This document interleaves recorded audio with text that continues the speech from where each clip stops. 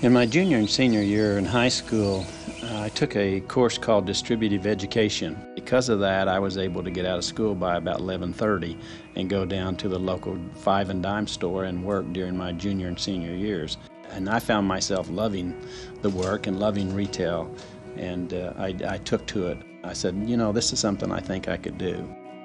I don't know that my mother and father, being ministers, really understood that we all have a calling on our lives. And as a result of that, after I got into retail, I really felt like I was a second-class citizen and a second-class Christian. And it took me some time to learn that, you know, God had a purpose for my life as well as any of my brothers and sisters, which all five went into the traditional pastor, pastor's wife, evangelist. During a time when I was actually a store manager at a variety chain, I decided to start manufacturing something just to go in business for myself. And so we started manufacturing really small miniature frames in our garage. And that's how we got started in business for ourselves. And from that manufacturing, we used the profits to open up our first store, 300 square feet, which is about the size of a living room. And then after that, we made enough profit to take it to 1,000 square feet, which was a big move, we thought at the time. But over the years, God has blessed us, and we have continued to add stores. And we're at the point this year where our sales are going to be $2.5 billion, and God has blessed us to be a very profitable company. Every day there's decisions around here that has to do with, is this what Christ would have us to do? And so we try to ask those questions. There's many times that God tests us in terms of dollars and cents.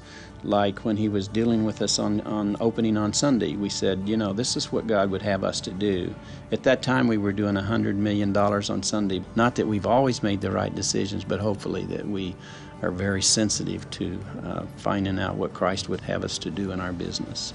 We don't set our Christianity on the shelf when we come to work. It is a part of our work. I think it should have an influence on every decision because as a Christian, that means that we are following Christ. That means that every decision that we make should be guided and directed by Christ that lives within us. It's a unique company to work for with such core Christian principles that dictate so much of what we do here, that really kind of says it's not just about words, it's not just here's what we say, it's let us show you how we live. The employees really feel the love that the Green family has for them. They support a lot of ministries that invest in their lives. We're just grateful to be able to see not only the lives that it's touching here, but they take this information home and it's making a big impact in their family as well. I feel like the Lord has put these 20,000 employees in our charge, and he spoke to me about that at one time, and I thought at the time it meant only their spiritual, and as a result of that we've hired 3 chaplains. But you know, when I gave it more thought, I think he also meant in terms of their financial needs. And so we felt like that we needed to do all we could do, step up above what's required of us. What is required of us is $7.25 an hour minimum wage. But the last couple years we have raised the minimum wage to our full-time employees now is at $12.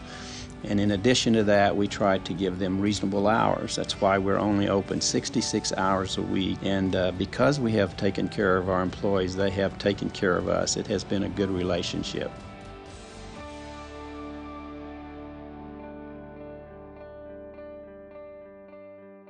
I walked into one of our break rooms recently. One of the housekeepers was standing there. So I called her by name. I said, "How are you this morning?" She said, "I'm just wonderful." She said, "I clean restrooms and I clean floors to help David Green get the gospel spread worldwide." It doesn't matter who fills what position out here. There's that heart to please God in everything that is said and done. And that attitude comes from the Green family.